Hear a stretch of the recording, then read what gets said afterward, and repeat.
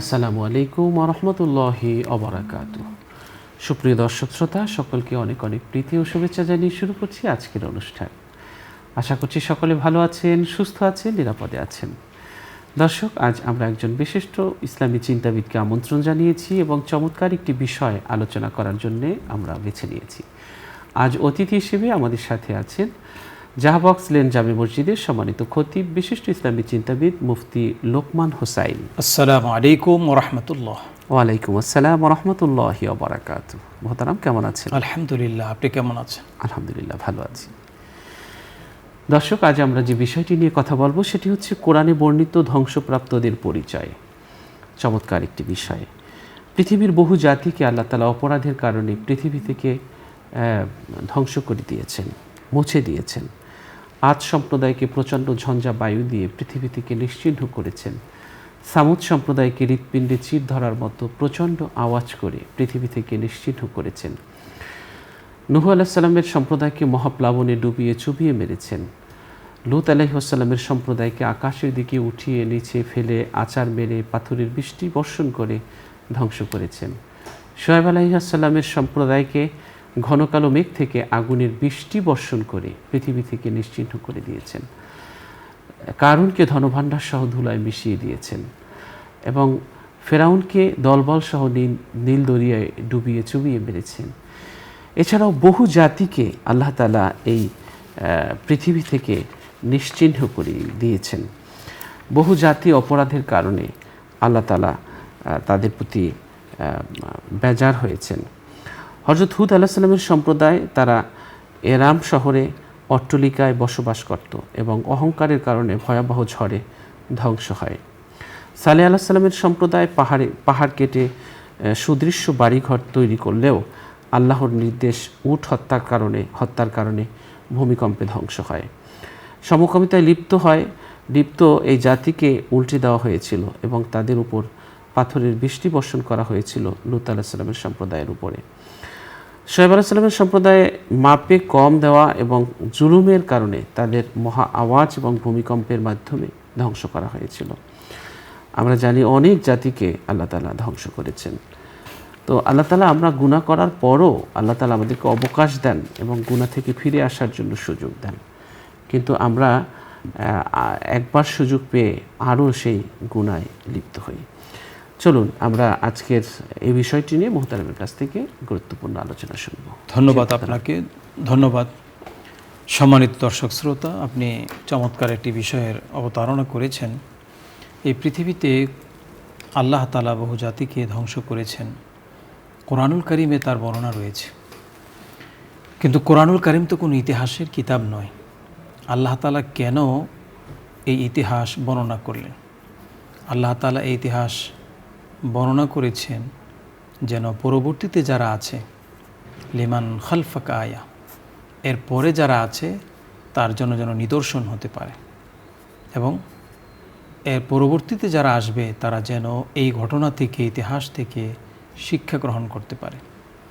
এবং আল্লাহ তাআলা কোরআনুল কারীমে বলে দিয়েছেন আরও কারা ধ্বংস হবে, ধ্বংস কাদের জন্য রয়েছে অনিবার্য, এবং দুর্ভোগ কাদের জন্য রয়েছে।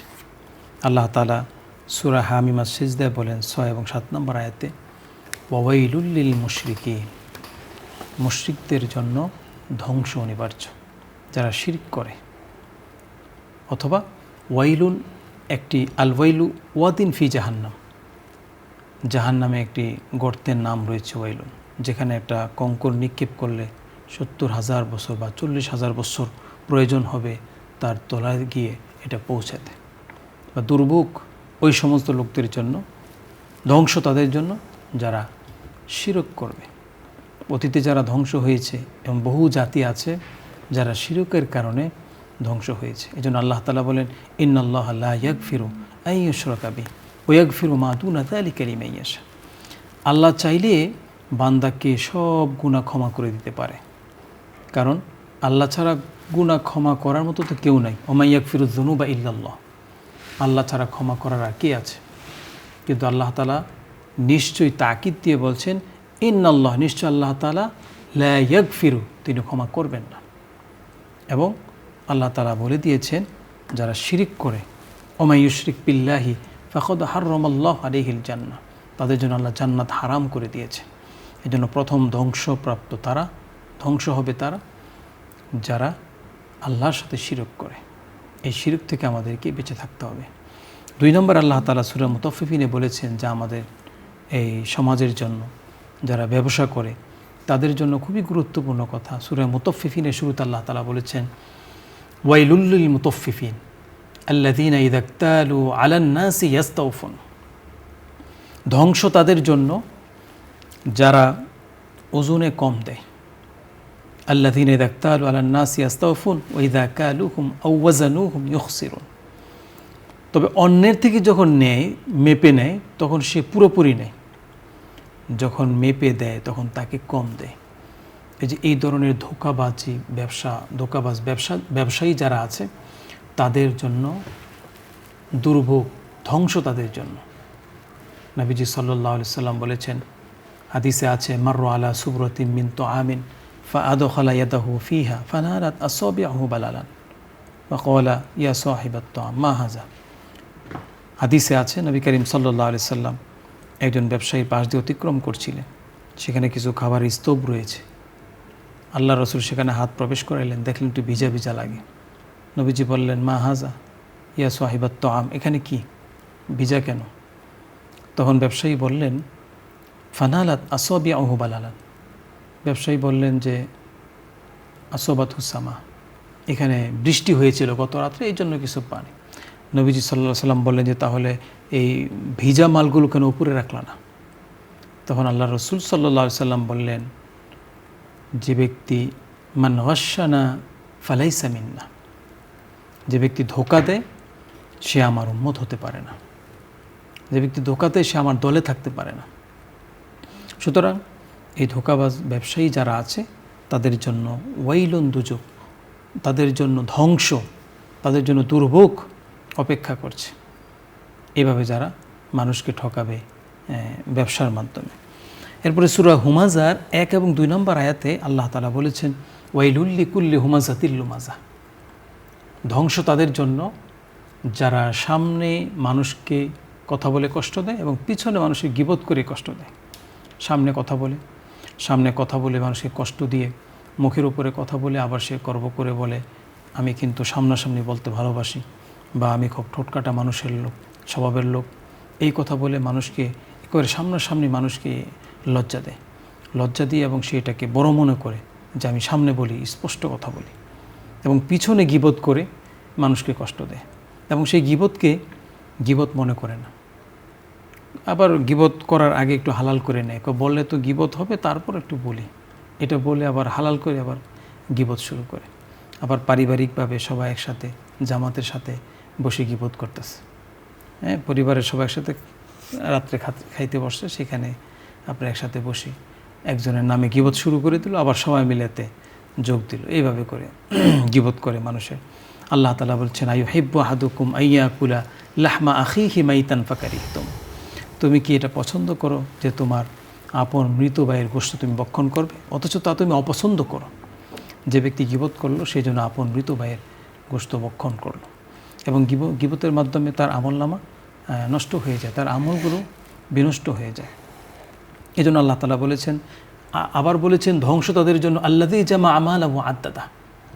যে ব্যক্তি সম্পদ জমা করে রাখে আর গনে গনে রাখে, যাকাত দেয় না, দান করে না, কৃপণতা করে। আল বাখিল লা ইয়াদখুলুল জান্নাহ, বাখিল কৃপণ ব্যক্তি জান্নাতে প্রবেশ করবে না। ধ্বংস তাদের জন্য যারা সম্পদ শুধু জমা করে রাখে, তার সম্পদে গরিবের কিছু হক আছে। ওফি আমওয়ালিহিম হাক্কুল লিসাইল ওয়াল মাহরুম, তাদের সম্পদে যারা সাইল আছে, বঞ্চিত আছে, গরিব আছে, তাদের অধিকার আছে, সে সেটা বুঝে না, একটা টাকা দান করে না, কোনোভাবেই তার সম্পদ সে দান করে না। শুক্রবার দিন মসজিদে যখন দান বাক্স আসে দেখবেন 4G 5G গতিতে দান বাক্স সামনের দিকে চলে যায়, মানে সে এই দান করাটাকে, যাকাতটা হতে তার জন্য জরিমানা মনে করে। এই জন্য আল্লাহ তাআলা বলেছেন, ধ্বংস তাদের জন্য যারা সম্পদ জমা করে রাখে, গনে রাখে, কিন্তু যাকাত দেয় না, দান করে না, মানুষকে দেয় না, আপনজনদেরকে দান দেয় না, প্রতিবেশীদেরকে দান করে না। এরপরে সূরা মাউন আল্লাহ বলেছেন, ফাওয়াইলুল লিল মুসাল্লিন, ওই সমস্ত মুসল্লিদের জন্য ধ্বংস যারা আল্লাযীনা হুম আন সলাতিহিম সাহুন, যারা নামাজের ব্যাপারে উদাসীন। নামাজ পড়ে তো তাহলে ফজর পড়ে তো জোহর পড়ে না, অথবা সারা সপ্তাহ পড়ে না, জুমা পড়ে, আবার সারা বছর পড়ে না, শুধু ঈদের নামাজে যায়, ওই সমস্ত, অথবা নামাজ পড়ে কিন্তু নামাজে কি পড়ছে সে জানে না, নামাজে কোনো প্রাণ নাই, নামাজে কি পড়ে তার অর্থ জানানোর চেষ্টা করে না, ওই সমস্ত নামাজিদের জন্য ধ্বংস। আল্লাহ তাআলা বলছেন দুর্ভোগ তাদের জন্য, আল্লাযীনা হুম আন সলাতিহিম সাহুন, যারা নামাজের ব্যাপারে উদাসীন। আল্লাযীনা হুম ইউরাউন, যারা মানুষকে দেখানোর জন্য ইবাদত করে, নামাজ আদায় করে। এরপরে সূরা মুরসালাত আল্লাহ তাআলা বলেছেন ওয়াইলু ইয়াউমা ইযিল লিল মুকাজ্জিবিন, ধ্বংস তাদের জন্য যারা মিথ্যারোপ করে, আল্লাহর দিন সম্পর্কে জানার পরেও এই দিনের ব্যাপারে মিথ্যারোপ করে, সত্য দিনকে যারা গ্রহণ করে না। সূরা বাকারার ৭৯ নম্বর আয়াত আল্লাহ তাআলা বলেন ফাওয়াইলুল লিল্লাযীনা ইয়াকতুবুনাল কিতাবা বিআইদিহিম সুম্মা ইয়াকুলুনা হাযা মিন ইনদিল্লাহ লিয়াশতারু বিহি সামানান কলিলা। আল্লাহ তাআলা বলেন ধ্বংস তাদের জন্য, তারাও ধ্বংস হবে যারা নিজ হাতে কিতাব লিখে বলে হাযা মিন ইনদিল্লাহ, এটা আল্লাহর পক্ষ থেকে, এবং ইয়াশতারুনা বিহি সামানান কলিলা, অল্প মূল্যে আল্লাহর এই কালামকে তারা বিক্রি করে দেয়। সূরা জুমারের ২২ নম্বর আয়াতে আল্লাহ তাআলা বলেছেন ধ্বংস তাদের জন্য, ফাওয়াইলুল লিল কাসিয়াতি কুলুবুহুম মিন যিকরিল্লাহ। এটা খুব পরিতাপের বিষয়। আল্লাহ তাআলা বলেছেন ধ্বংস তাদের জন্য যাদের হৃদয় আল্লাহর জিকির থেকে গাফিল হয়ে যায়। যদি কোনো হৃদয় আল্লাহর জিকির থেকে, আল্লাহর স্মরণ থেকে গাফিল হয়ে যায়, এটা খুবই ভয়ঙ্কর বিষয়। কারণ জিকিরের মাধ্যমে বান্দা আলা বিযিকরিল্লাহি তাতমাইন্নুল কুলুব, জিকিরের মাধ্যমে বান্দা হৃদয়ে প্রশান্তি লাভ করে, এবং জিকিরের মাধ্যমে হৃদয়গুলো, কলবগুলো এগুলো জারি থাকে। হ্যাঁ, যেই কলবের মধ্যে আল্লাহর জিকির নাই, যে হৃদয়ে আল্লাহর জিকির নাই, সেটা মৃত হয়ে যায়। ইন্না হাযিহিল কুলুবা তাসদা কামা ইয়াসতাল হাদিদু ইযা আসাবাহুল মা। নবীজি সাল্লাল্লাহু আলাইহি সাল্লাম বলেছেন এই অন্তরগুলো ঝং ধরে যায় যেভাবে লোহাতে পানির স্পর্শে ঝং ধরে যায়।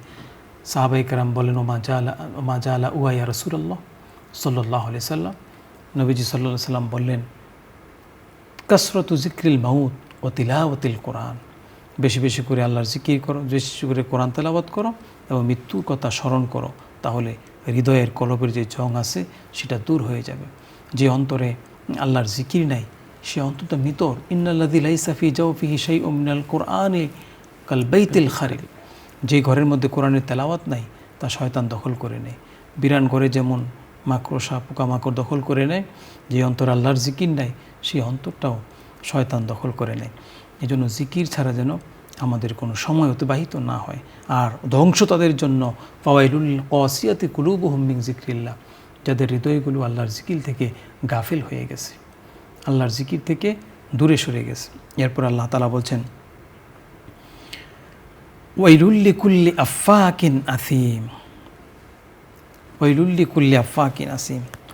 আল্লাহ তাআলা বলছেন সূরা জাসিয়াতের ৭ নম্বর আয়াতে আল্লাহ তাআলা বলেন ধ্বংস তাদের জন্য যারা ঘোর মিথ্যাবাদী এবং যারা পাপিষ্ট। ব্যবসা করে তাতে তার ব্যবসা হালাল, তার যে পণ্য আছে সেটাও হালাল, কিন্তু শুধুমাত্র একেবারে অভ্যাস হয়ে গেছে কথায় কথায় যে আপনি চীনা লোক বলে কিনা দামে দিলাম, অথচ তাকে জীবনে কখনো দেখে নাই। তার ব্যবসা হালাল, তার পণ্য সবই হালাল, কিন্তু একটা মিথ্যা বলার কারণে সব কিছু হারাম হয়ে গেল, সব কিছু শেষ করে দিল। অথবা কথায় কথায় মিথ্যা বলে, এটা পণ্য বিক্রি করার জন্য বহু ব্যবসায়ী এমন আছে কথায় কথায় মিথ্যা বলছে, এবং সে এটা মনে করে যে মিথ্যা ছাড়া ব্যবসা করা যায় না, এবং সে এটা স্বাভাবিক মনে করছে, অভ্যাসে পরিণত করে ফেলছে। আল্লাহ তাআলা বলেছেন ওয়াইলুল লিকুল্লি আফফাকিন আসিম, যারা ঘোর মিথ্যাবাদী, কথায় কথায় মিথ্যা বলে, মিথ্যাকে অভ্যাসে পরিণত করে নিয়েছে, ছোটোখাটো বিষয়ে মিথ্যা বলে। একসময় দেখা যায় কি তখন সে যে কোনো বিষয় যেটা বলার প্রয়োজন নাই মিথ্যা বলার, সে বিষয়ে মিথ্যা বলা শুরু করে। আল্লাহ তাআলা তাদের জন্য বলেছেন তারা ধ্বংসপ্রাপ্ত, তারা ধ্বংস হোক। এবং যারা পাপিষ্ট, যারা পাপ করতে করতে পাপে নিমজ্জিত হয়ে গেছে এবং এই পাপ থেকে সে ফিরে আসতে চায় না এবং ফিরে আসে না। এই জন্য আল্লাহ তাআলা তার অন্তরটাকে হেদায়েত থেকে পথভ্রষ্ট করে দিয়েছে আল্লাহ তাআলা। একটার পর একটা পাপ করে যাচ্ছে। যখন মানুষ পাপ করে যায় তখন আল্লাহর পক্ষ থেকে আল্লাহ তাআলা তাকে সাবধান করেন, তাকে ওয়ার্নিং দেওয়া হয়। তাতেও যদি সে সাবধান না হয় তাহলে তার জন্য চূড়ান্ত ধ্বংস নেমে আসে।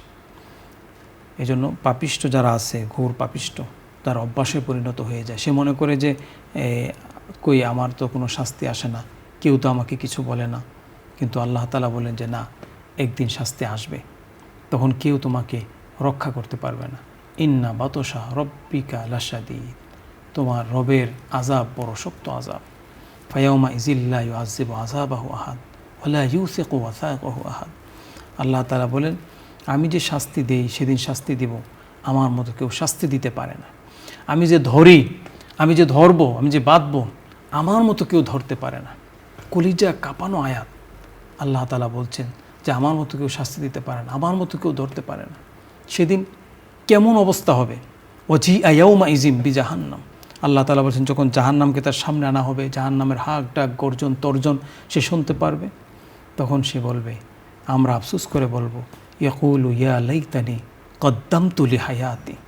তখন আমরা বলবো, হায় আফসোস, যদি আমি আমার এই জীবনের জন্য, পরকালের জন্য আমি দুনিয়া থাকা অবস্থায় কিছু পাঠিয়ে দিতাম।